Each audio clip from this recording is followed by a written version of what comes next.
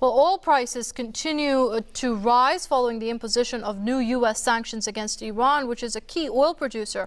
Brent futures rose to nearly $118 per barrel, causing concern over supply. Front-month Brent futures jumped by 58 cents per barrel. On Wednesday, Washington slapped new restrictions on Iran's access to the money from its oil sales to other countries. A day after that, Brent jumped to $117, its highest level in 5 months since mid-September. Joining us on the line from Berkeley, California is the Vice Chair of Institute for Policy Studies, Saul Lando. Many thanks for joining us here on Press TV.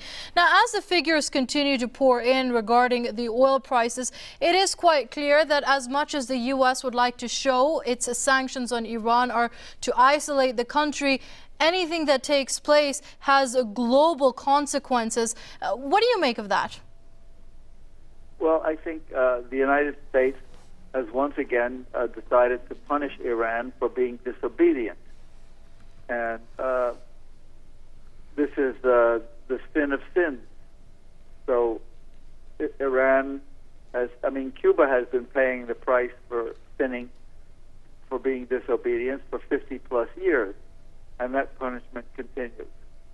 And now Iran is the latest country to decide to do what it wants to do and not what the United States says it should do.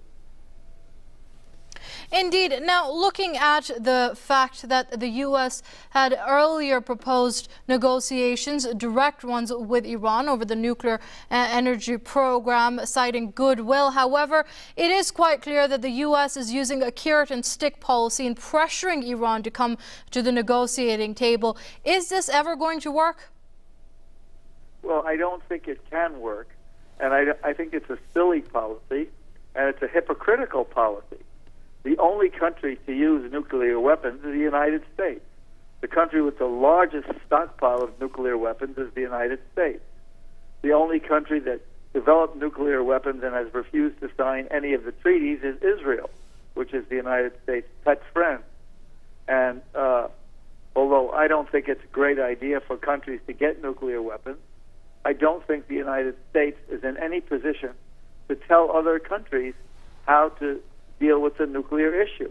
I mean, after all, we have thousands of nuclear weapons, and we have already used them. In fact, we're the only country that ever has.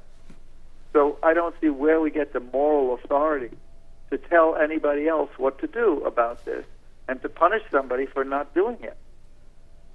Right. Now, as nuclear talks will be taking place with the P5+1 later this month, confidence-building measures are extremely necessary in order to move forward. However, with this recent move by the U.S., how do you see the future talks prospect looking like? Well, I think that when the United States applies punishment to another country, other countries just stiffen their backs. I mean, we have seen this over and over again. That this is a foolish move. It's much better to have talks rather than to make threats and then start to punish people throughout the world. I mean, what has Iran done to the United States? The Iranians did not try to overthrow the U.S. government. The U.S. government overthrew the government in Iran back in 1953. It altered the destiny of another people. What did Iran do to the United States? It's really difficult, other than being disobedient, that is, acting as an independent nation. So the United States has no business, has no, if you like, moral or ethical right to carry out this kind of punishment against another country for simply doing what it wants to do. All right, that was the Vice Chair of Institute for Policy Studies, Saul Lando. They're joining us on the line from Berkeley, California. Mr. Lando, thank you very much for your comments here on Press TV.